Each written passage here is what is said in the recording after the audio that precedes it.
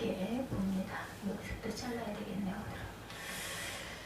예, 성전 건축을 위한 이제 22장에서는 우리가 성전 건축 준비를 했어요. 그죠? 그리고 그 21장에서는 다윗의 인구조사와 그것으로 인한 하나님께서 벌을 주셔가지고 3일 동안 그 땅에 온역이 들어와서 7만 명의 백성들이 죽는 그런 사건으로 인하여 오르나는 타작마당에서 번제를 드리는 다윗의 그러한 그 행함이 있었고, 그리고 이제 22장에서 성전 건축 준비를 했고 23장에서는 레위인들의 직무에 대해서 계속 말씀하시죠. 성전 건축을 위한 모든 준비와 부탁을 끝낸 다윗은 이제 바로 그 성전에서 봉사할 레위 자손들을 직무에 따라 계수하고 있습니다. 다윗은 건축될 성전에서 봉사할 레위 사람들을 체계적으로 구분하고 역할을 분담시키므로 성전 기능과 제도의 효율적인 기반을 다지고자 합니다.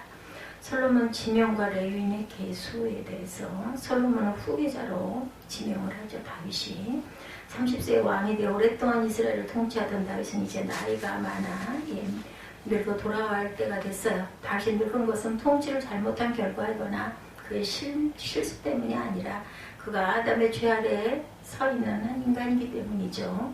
자신의 죽음이 가까운 곳을 한 다윗은 이스라엘 모든 방백과 제사장과 레위 사람들을 불러 모읍니다. 1절부터 보죠. 다윗이 나이가 많아 늙음에 아들 솔로몬을 이스라엘 왕으로 삼고 이스라엘 모든 방백과 제사장과 레위 사람을 모았더라. 레위 사람은 30세 이상으로 계수하니 모든 사람의 수가 3만 8천 명인데 그 중에 2만 4천 명은 여호와의 성전의 일을 보살피는 자요 6천 명은 관원과 재판관이요 4천 명은 문지기요 4천 명은 그가 여호와께 찬송을 드리기 위하여 만든 악기로 찬송하는 자들이라. 다윗이 레위의 아들들을 게르손과 그 왁과 무라리에 따라 각 반으로 나누었더라. 게르손 자손은 나단과 시므이라. 나단의 아들들은 우드머리 여이엘과 세단과 요엘 세 사람이요 시므의 아들들은 슬로미과 하시엘과 하란 세 사람이니 이는 나단의 우드머리들이며 또 시므의 아들들은 아합과 사나와 여우스와 브리아이니 이 네 사람도 시므의 아들이라. 10절까지 이렇게 증거하죠. 그리고 하나님께서 지목하신 아들 솔로몬으로 자신의 후계자를 지명하죠. 늙기까지 부하고 존귀했던 그러한 다윗입니다. 역대상 29장 28절에서 증거하죠. 그가 나이가 많아 늙도록 부하고 존귀를 누리다 죽음에 그의 아들 솔로몬이 대신하여 왕이 됩니다. 왕으로 지명되는 솔로몬이죠. 오늘 본문에 야훼께서 내게 여러 아들을 주시고 그 모든 아들 중에 내 아들 솔로몬을 택하사 야훼 나라 왕 위에 앉혀 이스라엘을 다스리게 하려 하실세. 역대상 28장 5절에 내게 이르시기를 내 아들 솔로몬 그가 내 성전을 건축하고 내 여러 뜰을 만들리니 이는 내가 그를 택하여 내 아들을 삼고 나는 그의 아버지가 될 것입니다. 하나님께서 이렇게 말씀하셔서 다윗이 그 말씀대로 솔로몬을 어려운 그래서 반란이 많이 일어났죠. 압살롬도 그렇고 그럼에도 불구하고 이렇게 왕위에 올립니다. 레위인을 계수하죠. 2절에 보면 자신의 후계자를 솔로몬으로 지명한 다윗은 성전 봉사 직제에 관심을 갖습니다. 그는 먼저 전국에 있는 레위인들을 소집하죠. 다윗이 계수한 바에 의하면 당시 30세 이상의 레위 자손은 모두 몇 명? 3만 8천 명이었다. 많은 사람이 성전 봉사에 필요하지만 다윗은 모세가 세웠던 연령 제한의 전통을 이어받으면서 보안해서 레위인을 계수합니다. 왕의 소집이 있었죠. 역대상 28장 1절에서 나옵니다. 다윗이 이스라엘 모든 고관들 곧 각 지파와 어른과 왕을 섬기는 반장들과 천부장들과 백부장들과 및 왕과 왕자의 모든 소유와 가축의 감독과 내시와 장사와 모든 용사를 예루살렘으로 소집했다. 이렇게 증거하죠. 장로들을 부를 수 있는 왕의 권한이 있었죠. 역대하 34장 29절에 증거합니다. 그러면 내가 네게 너희 조상들에게 돌아가서 평안히 묘실로 들어가게 하리니 내가 이곳과 그 주민에게 내리는 모든 재앙을 내가 눈으로 보지 못하리라 하셨느니라. 이에 사신들이 왕에게 복명하니라 말합니다. 레위인의 반열에 대해서 4절에서 6절에 증거하죠. 다윗은 레위인의 아들 게르손과 그 왁과 무라리의 각 족속을 따라 반열을 나누었습니다. 다윗은 반열을 나눌 때 다른 지파를 추가하여 구성하지를 않죠. 게르손 그핫 무랄이 각 족속을 따라 반열을 하는데 24반열로 구성을 하죠. 다윗이 조직한 24반열은 일시적인 효율적 작업이 아니라 계속적인 도움을 주는 지혜였습니다. 세례 요한 아버지인 사가랴가 반열을 따라 성전에 들어가는 모습은 다윗의 구상이 계속되었음을 보여주죠. 예. 기명을 맡기는 자, 역대상 9장 28절에 그 중에 어떤 자는 섬기는 데 쓰는 기구를 맡았었고 수요대로 들여가고 수요대로 나오며 29절에 보니 어떤 자는 성소의 기구와 모든 그릇과 고운 가루와 포도주 기름과 유향과 향품을 맡고 이렇게 전부 다 맡아서 섬기는 데 쓰는 기구 아니면 그릇 또한 그 어떤 그 향품들을 맡은 사람 이렇게 각각 이런 많은 그 맡은 직분들이 있었어요. 문지기와 성가대로도 역대상 23.5절에 4,000명을 문지기 4,000명을 야훼께 찬송을 드리기 위하여 만든 악기로 찬송하는 자들이라. 다윗이 레위 아들들을 게르손과 그앗과 무라리에 따라 각 반으로 나누었더라 말씀합니다. 오늘 본문 6절이죠. 레위인의 계통에 대해서 게르손 자손에 대해서 7절에 게르손은 레위의 장남입니다. 그의 자손은 광야 생활 시에 성막과 그 덮개 및 기타 부속물들을 관리하는 일을 맡죠. 그러한 일은 솔로몬의 성전 건축이 완성되면 중단하게 될 일들이었죠. 아론의 아들 엘르아살과 이다말의 자손이 제사장의 일을 맡았듯이 레위지파 게르손의 자손은 라담과 시므이라는 두 조상의 후예들로 다시 세분화가 되죠. 많은 사람들을 세분화시키지 않으면 효율적으로 일을 할 수 없기 때문인데 라단의 조상에 대해서 역대상 26장 21절에 그의 아들은 요아요, 그의 아들은 이또요, 그의 아들은 세라요, 그의 아들은 여아들이며 이렇게 말하고 있습니다. 야핫에 대해서 역대상 6장 20절에 게르손에서 난 자는 곧 그의 아들 림니요, 그의 아들은 야핫이요, 그의 아들은 심마요. 역대상 6장 21절에 그의 아들은 요아요, 그의 아들은 이또요, 그의 아들은 세라요, 그의 아들은 여아들이며 그 아들에서 난 자들은 곧 그 아들은 암미나답이요, 그의 아들은 고라요, 그의 아들은 이삭이요, 그의 아들은 엘가나요, 그의 아들은 에비아삽이요, 그의 아들은 아시리요 말하죠. 그앗 조선의 12절에 그앗 조선은 4명의 조상을 중심으로 가문이 구성이 됩니다. 그앗의 아들은 아므람, 이스할, 헤브돈, 우시엘이죠. 아므람의 자손 중에 모세와 아론이 태어나죠. 아론의 후손을 제외한 그앗 자손의 대부분은 제사장이 아니었습니다. 이들은 게르손이나 무라리의 족속처럼 성막에 굳은 일을 해야 했죠. 모세 자녀들이 속하죠. 역대상 26장 23절에 보면 아므람 자손과 이스할 자손과 헤브론 자손과 우시엘 자손 중에 모세 아들 게르솜의 자손 스무엘은 곡간을 맡았고 그 행조곧 엘리에셀에게서 난 자는 그의 아들 르하비야와 그의 아들 여사야와 그의 아들 요람과 그의 아들 시그리와 그의 아들 솔로못이라. 그앗의 아들들에 대해서도 12절에 오는 본문이죠. 그앗의 아들들은 아므람과 이스할과 헤브론과 무시엘리의 사람이라. 그리고 무라리의 자손에 대해서 21절에 무라리 자손들의 직무는 성막의 널판과 부속물을 관리하는 일이었는데 이들은 성전을 위해서 눈에 보이지 않는 일들을 잘 감당합니다. 비록 무라리 자손들이 하는 것이 보잘것없는 일처럼 보였지만 하나님께서는 이들을 사용하셔서 영광을 받으시죠. 레위의 족장들에서 출애굽기 6장 19절에 무라리 아들들은 마흘리와 무시니 이들은 그들의 족보대로 레위의 족장이요 아므람은 그들의 아버지의 누이 요게벳을 아내로 맞이하였고 그는 아론과 모세를 낳았으며 아므람의 나이는 137세였으며 무자한 엘르아살 자식이 없네요. 엘르아살은 마흘리 아들 중에는 엘르아살이니 엘르아살은 아들이 없다 이렇게 얘기하고 있습니다. 11절부터 한번 읽죠. 그 우두머리는 야하시오 그 다음은 시사며 여우수와 브리아의 아들이 많지 아니하므로 그들과 한 조상이 가문으로 계수되었더라. 그앗의 아들들은 아므람과 이스할과 헤브론과 우시엘리의 사람이라. 아므람의 아들들은 아론과 모세이니 아론은 그 자손들과 함께 구별되어 몸을 성결하게 하여 영원토록 심히 거룩한 자가 되어 야훼 앞에 분향하고 섬기며 영원토록 그 이름을 축복되게 하였느니라.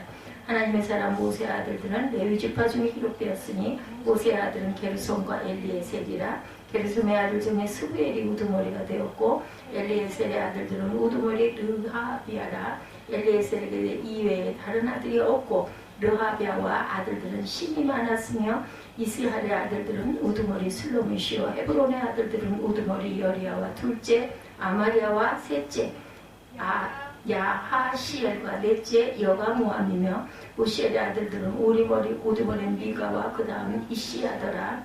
무라리의 아들들은 마홀리와 무시와 마홀리의 아들들은 엘르아살과 기스라. 엘르아살의 아들이 없이 죽고 딸만 있더니 그의 형제 기스의 아들이 그에게 장가들었으며 무시의 아들들은 마홀리와 에델과 열에못 세 사람이더라. 이는 다 레위 자손이 그 조상의 가문을 따라 계수된 이름이 기록되고 여호와의 성전에서 섬기는 일을 하는 20세 이상 된 우두머리들이라.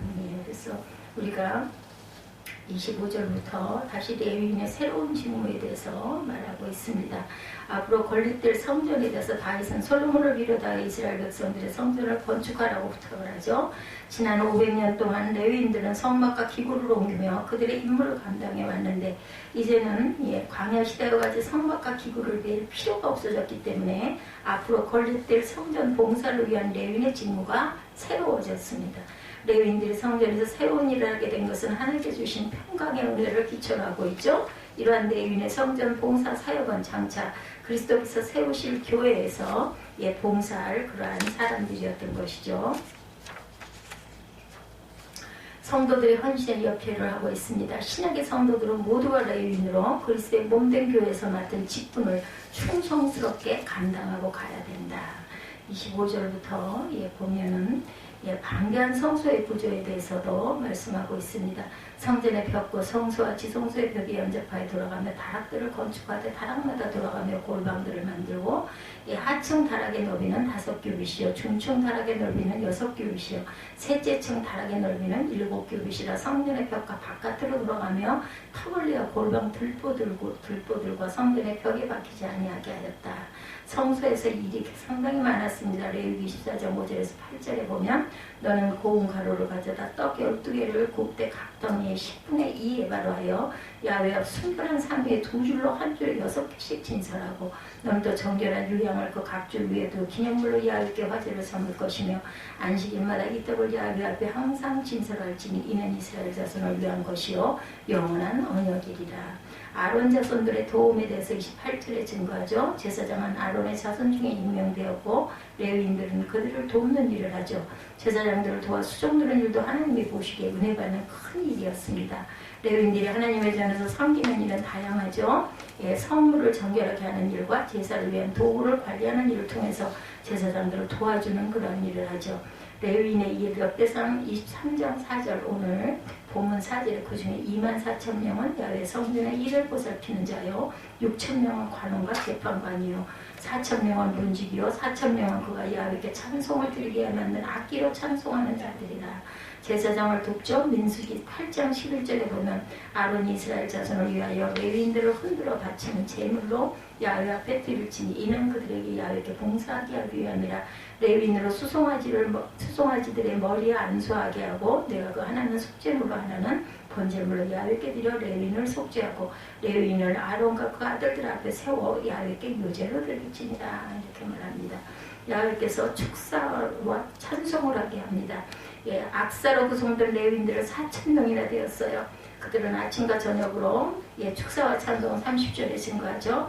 아침과 저녁으로 드려지는 제사를 위해 하나님께 찬송을 드리는 의무를 감당합니다. 그들은 조속으로 하나님께 찬송을 드리되 일어서서 정성과 최선을 다해 드렸어요. 찬송을 받으실 분은 하나님이시죠. 찬송을 드리는 일과 여러 가지 제사에 마무리하는 일은 제사장을 돕는 일이었습니다. 다윗의 규례대로 했어요. 에스라 3장 10절에 건축자가 야외 성전에 기초를 놓을 때 제사장들은 예복을 입고 나팔을 들고 아삽 자손 레위 사람들은 재금을 들고 서서 이스라엘 왕 다윗의 규례대로 야외를 찬송하되 주야로 하죠. 역대상 9장 33절에 보면 찬송하는 자가 있으니 곧 레위 우두머리라. 그들은 골방에 거주하며 주야로 자기 직분에 전념함으로 다른 일을 하지 아니하였더라. 그들은 다 레위 가문의 우두머리며 그들의 족보의 우두머리로서 예루살렘에 거주했다 말하고 있습니다. 25절부터 다시 한번 봅니다. 다윗이 이르기를 이스라엘 하나님 야훼께서 평강을 그의 백성에게 주시고 예루살렘에 영원히 거하시나니 레위 사람이 다시는 성막과 그 가운데 쓰는 모든 기구를 맬 필요가 없다 한지라.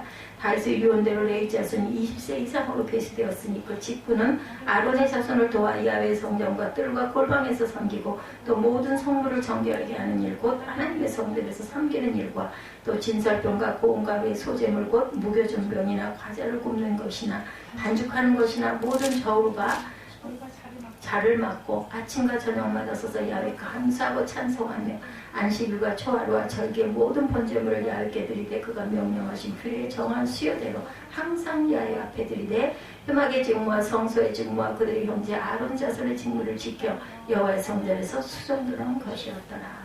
아주 체계적으로 다윗이 이런 부분들을 다 만들어 놓았던 거죠. 이제는 어깨다 맬 필요가 없기 때문에 직무들이 좀 바뀌었어요. 그죠? 그래서 다시 한번 이것을 이렇게 분류해서 다시 그 직무들을 맡기게 하는 그런 일들까지 다윗이 지휘하죠.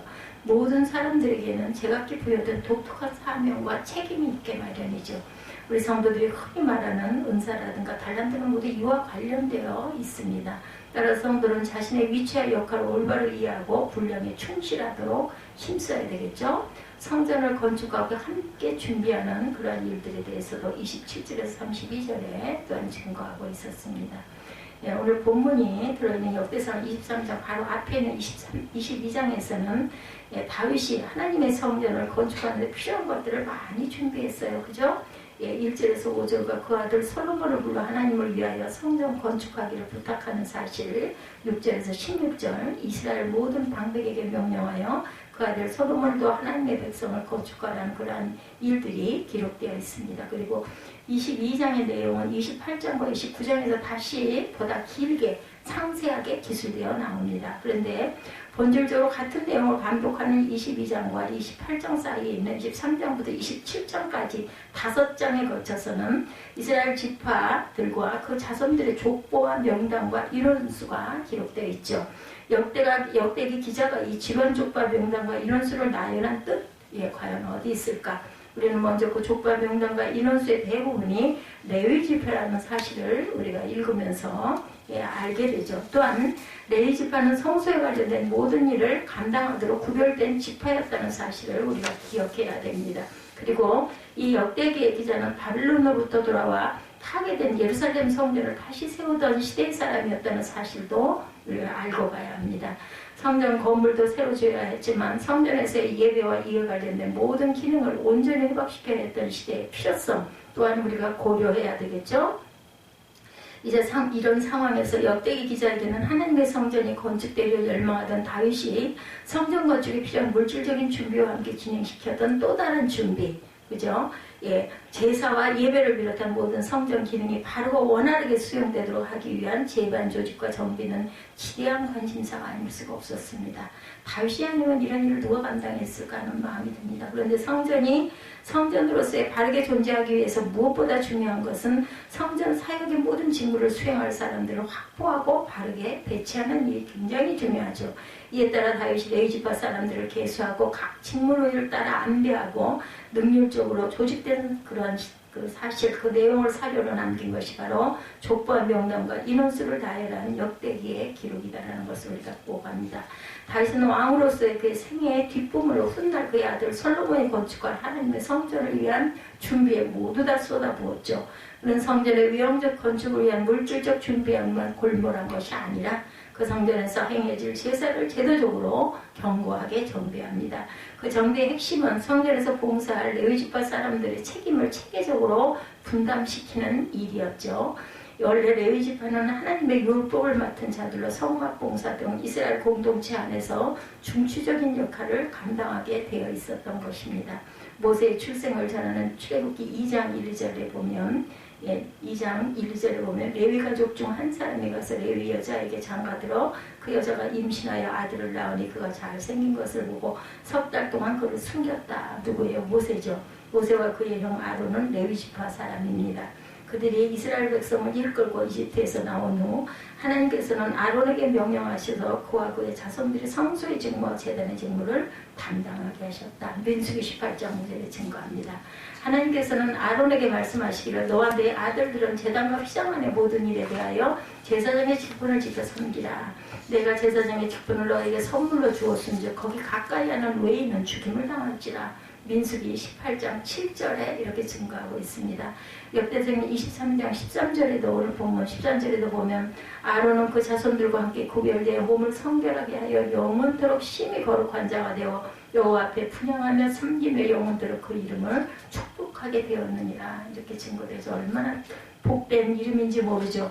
이렇게 아론의 자손들에게 제사장의 직분을 선물로 주시고 성소와 제단에서 독점적으로 섬기게 하신 하나님께서는 그들과 같은 레위지파 사람들을 하여금 그 외에 성막에서 여러 가지 일들을 위해 제사장들을 돕게 합니다.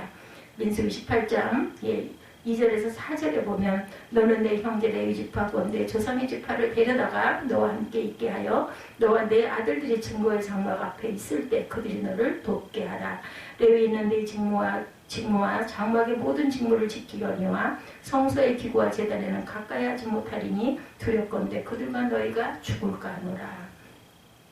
다시 말하면 레위지파 사람들만이 성소가 있는 장막과 회막에 나아갈 수가 있고 그 중에서도 성소와 제단에는 아론의 자손 제사장들만이 나아갈 수 있다는 것이 하나님의 엄한 명령이었던 거죠. 그러나 정작 가나안 땅에 정착한 이후 사사시대 동안에는 레위 사람들의 역할과 활동이 극히 미미한 상태로 퇴락해버리고 맙니다. 레위 사람들의 역할과 활동의 중요성이 다시 서서히 부각되기 시작한 것은 사무엘 시대였습니다. 하나님의 성전 건축을 내다본 다윗이 비로소 레위지파 사람들의 본연의 사명을 재점검하고 체계화하며 전문화하기에 이른 거죠. 다윗의 이런 조치는 성전 업무를 능률화하고 효과적으로 인원을 관리하는 데 지대한 공헌을 했습니다. 그러니까 모든 제반 사항들이 전부 다 다윗을 통해서 그죠? 궁전 앞에도 마찬가지고 그러니까 예배에 대한 모든 것들 그리고 성막과 성소에 대한 이런 것은 다윗 시대의 모든 것들이 정비가 됩니다. 오늘 본문이 들어있는 역대상 23장의 첫 몇 절은 다윗의 성전 업무 조직과 능률의 작업을 요점으로 잘 드러내주고 있습니다. 먼저 1절에서 5절을 보면 다시 한번 봅니다. 다윗이 나이가 많아 늙음에 아들 솔로몬을 이스라엘 왕으로 삼고 이스라엘의 모든 방백과 제사장과 레위 사람을 모았더라.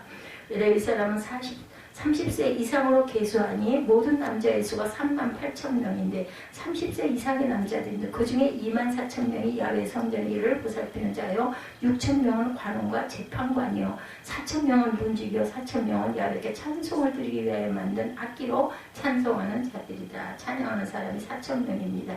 여기서 우리는 우선 다윗이 제사장들의 직무 외에 레위인들의 직무를 크게 네 종류로 나눴음을 보게 되죠. 첫째는 성전의 일을 보살피는 직무. 이것은 제사장들이 제사를 드리는데 직접적으로 관련된 제반일들을 돕는 직무. 오늘 본문은 그 일들이 어떤 것인지를 보여주고 있죠.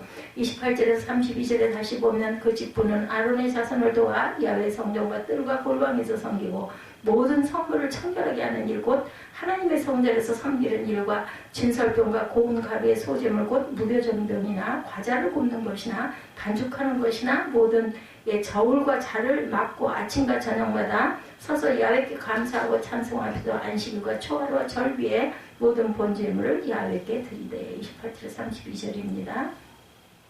그가 명령하신 규례가 정한 수요대로 항상 야훼 앞에 드리며 회막의 직무와 성소의 직무와 그들의 형제 아론 자손의 직무를 지켜 야훼 성전에서 수용되는 것이었더라. 이렇게 말씀합니다. 둘째는 예배할 때 하나님을 찬송하는 데 사용할 목적으로 만든 각종 악기를 연주하거나 찬송을 부르는 찬양대의 직무가 나타나죠. 셋째는 문지기의 직무. 문지기라는 것은 단순히 문에 서서 파수보는 사람을 말하는 것이 아니죠. 성전에 들어갈 자격 없는 자들이 함부로 성전에 들어가 성전을 더럽히지 못하도록 문을 지키는 일만 아니라 성전의 보안과 유지와 계보와 업무, 성전의 모든 설비와 사무용품 등의 관리 및 공급 업무, 성전의 재정관리 등 예배와 제사에 직접 관련된 업무 외에 성전에 관계된 일체의 업무를 관장하는 직책을 가리키고 있습니다. 넷째는 관원과 재판관으로서의 직무. 이것은 레위인의 직무가 제사장과 그를 돕는 찬양대원, 성전 문지기로서의 직무에만 국한되지 않았음을 보여줍니다. 다윗 시대에 들어와 레위인의 직무는 급격히 격상되어 국가 통치 조직으로 행정요원으로서 각 지방을 흩어져 행정과 종교의 재반 업무를 담당하는 그러한 사람이었던 것을 우리가 보게 됩니다. 그들의 역할은 종교적 업무뿐 아니라 국민 생활에 전반적인 일로 확장되어 나갑니다. 하나님의 백성에게는 신앙의 문제가 일상생활의 문제에 깊숙이 개입될 수밖에 없기 때문에 재판하는 일에도 레위인들의 참여가 필요했던 거죠. 그래서 다윗은 백성을 재판한 일에 레위인을 지원했던 것인가 봅니다. 지파의 방백들보다도 율법을 전문적으로 연구하는 레위인들이 사법상의 업무 수행에 적절했을 것이고, 다윗은 또 국고에 충당될 세금과 하나님께 드릴 11조 등의 수금과 밀접한 연관이 있는 관원의 직무에도 레위인들로 하여금 주도적 역할을 하게 합니다. 오늘 본문 바로 앞절에 보면 레위 사람이 다시는 성막과 그 가운데 쓰는 모든 기구를 맬 필요가 없다. 26절에 이렇게 말씀하고 있죠. 예루살렘 성전이 세워지기 전에는 성소가 장막으로 되어 있었기 때문에 자주 옮겨 다녔어요. 그때마다 언약궤가 놓여있는 지성소와 성소에는 각종 기물들을 하나님께 정해주신 규례를 따라 거두고 옮기고 다시 진열하기 위해서 많은 일손들이 필요했을 거예요. 그러나 고정된 성전이 완성되면 더 이상 언약궤를 비롯해 성소를 옮기는 일, 그에 관련된 업무들이 필요 없게 된 거죠. 반면에 큰 성전이 완성되고 예외 처소가 한 곳으로 고정되어 집중되게 되면 성전 안에 새로운 직무들이 생겨날 것이고 일 자체의 규모가 엄청나게 또한 커질 것이었기 때문에 각 지방에서 한 곳으로 제사 드리려고 몰려올 사람들이 가지고 오는 재물들을 수납하고 저장하고 뒤처리하는 일만 해도 아마 어마어마했을 것입니다. 오늘 보면 첫 절에 다윗의 유언대로 레위 자손이 20세 이상으로 계수되었다라고 말하죠. 3절에는 레위 사람은 30세 이상으로 계수한 결과 남자의 수가 38,000명이다. 그런데 다시 20세 이상으로 계수했다는 것은 그만큼 성전 직무에 따른 수요가 급증할 것으로 예상한 조치였음을 가리키고 있습니다. 성전의 모든 직무는 일사불란하게 수행되어야 했던 것이죠. 그러나 일이 많고 사람도 많다 보면 직무 수행을 두고 갈등도 일어날 수 있고 직무 수행에 공백이 생길 수 있는 그러한 일들이 많았겠죠. 이 모든 일을 다윗은 예상합니다. 그래서 이에 대비한 조치를 취하죠. 6절에 보면 다윗이 레위의 아들들을 각 반으로 나누었다 말씀하고 있습니다. 실제 다윗은 레위인들을 24개 반으로 조직하고 그 직무를 순번지로 질서정연에게 수용했습니다. 제사장 직무뿐 아니라 찬양대 직무와 문지기 직무도 24개 반을 나누어 가지고 이렇게 돌아가면서 순차적으로 수행하죠. 이 24순차 제도를 통해 대부분의 레위 사람들은 1년에 2주씩 성전 봉사를 하게 되고 남은 기간에는 율법 연구와 기타 업무에 전념할 수 있었다. 1년에 2주 정도면 그죠? 할만하겠죠. 나머지는 이제 율법 연구와 기타 업무. 역대상 24장 5절에 보면 이에 제비 뽑아 피차에 차등이 없이 나누었다 이렇게 증거하고 있습니다. 또 역대상 25장 1절에도 아삭과 해만과 여두둔의 자손 중에서 구별해 섬기게 하되 수금과 비포와 재금을 잡아 신령한 노래를 하게 하였으니 그 직무대로 일하는 자의 수요는 이러하니 이렇게 증거합니다. 8절에도 역대상 25장 1절 25장 8절에도 이 무리의 큰 자나 작은 자나 스승이나 제자를 막론하고 다 같이 제비 뽑아 직임을 얻었다. 서로 누가 무엇을 맡을 것인가에 대한 것들을 서로 다툴 수도 있으니까 제비를 뽑았던 거죠. 26장 12절에서 13절에도 이상은 다 문지기의 반장으로서 형제처럼 직임을 얻어 야훼 성전에서 섬기는 자들이라 이렇게 증거합니다. 강문을 지키기 위하여 그의 조상의 가문을 따라 대소를 막론하고 제비가 뽑혔어요. 이것은 레위인들의 모든 직무가 공평하고 질서 있게 이루어졌음을 가리킵니다. 다시는 이렇게 함으로 성전에서 모든 사역이 빈틈없이 수용되게 했음을 말하죠. 역대상의 마지막 8장에만 있는 성전 건축을 위한 다윗의 준비에 관한 기록은 우리에게 눈에 보이는 성전 건물뿐 아니라 그 이상으로 중요한 것이 무엇인지를 생각하게 합니다. 그것은 새로 세워질 성전에서 예배를 비롯한 교육, 전도, 봉사, 성도의 교제 등 모든 교회의 사명과 역할이 바르게 수행되는 것들이죠. 그리고 그 모든 사명과 역할을 수행할 성도들이 하나님 앞에 바른 신앙의 자세를 지키게 합니다. 우리는 다시 한번 다윗의 아들 솔로몬에게 하나님을 위하여 성전 건축하기를 부탁하며 한 말을 기억하는 것이 유익할 것입니다. 역대상 22장 11절에서 13절입니다. 역대상 22장 11절에서 13절 우리 함께 합독합니다.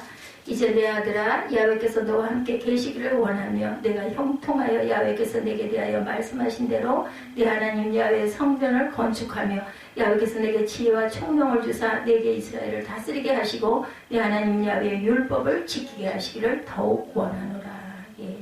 다윗이 아들에게 이러한 사명을 거의 유언처럼 주죠. 그때 내가 만일 야훼께서 모세를 통하여 이스라엘에게 명령하신 모든 규례와 법들을 삼가 행하면 형통하리니 강하고 담대하여 두려워하지 말고 놀라지 말지어다. 또 다윗과 온 백성이 다 성전을 건축하기 위해 자연한 성심으로 증거에 드린 후 다윗이 온 회중 앞에서 드린 감사의 기도 속에 한 말도 들어봅니다. 역대상 29장 19절입니다. 또 내 아들 솔로몬에게 정성된 마음을 주사 주의 계명과 권명과 율례를 지켜 이 모든 일을 행하게 하시고 내가 위하여 준비한 곳으로 성전을 건축하게 하옵소서. 한 번 더 읽습니다. 또 내 아들 솔로몬에게 정성된 마음을 주사 주의 계명과 권명과 율례를 지켜 이 모든 일을 행하게 하시고 내가 위하여 준비한 곳으로 성전을 건축하게 하옵소서. 이렇게 다윗이 아들 솔로몬을 위해서 축복 기도를 하는 부분들이 보이죠. 예, 오늘 한절 읽기만 했어도 얼마나 레위의 직무들이 아주 세분화되어 있으며 그것들을 정말 기도하지 않고는 이렇게 만들 수가 없을 정도로 열심히 만들고 정비했는지 그 다윗의 하나님을 향한 사랑, 예배를 위한 사랑, 성전을 위한 사랑을 저희들이 바라봅니다. 오늘날의 교회도 마찬가지죠. 우리가 모든 것들을 잘 정비하고 하나님께 온전하게 영광을 드리기 위해서는 우리가 예배 한번 드리려고 해도 여러 가지 순서가 있는 것처럼 예, 이렇게 다윗이 모든 것들을 만들었던 제반적인 일, 직접 성전을 짓지는 않았지만 거의 다 지었죠. 예, 지금으로 보면은 뭐 조감도라고 얘기해야 되나 그런 모든 것들을 다 만들고 거기서 직무를 행할 그러한 레위인들의 그 모든 세 번째 직무들까지도 이렇게 세세하게 나눈 다윗의 그 지혜 그리고 놀라운 하나님을 향한 정성과 희생과 사랑이 얼마나 귀한지 그런 마음들이 듭니다. 예, 하나님께 우리 찬양 드리고 예, 축도로 예배를 마치도록 하죠.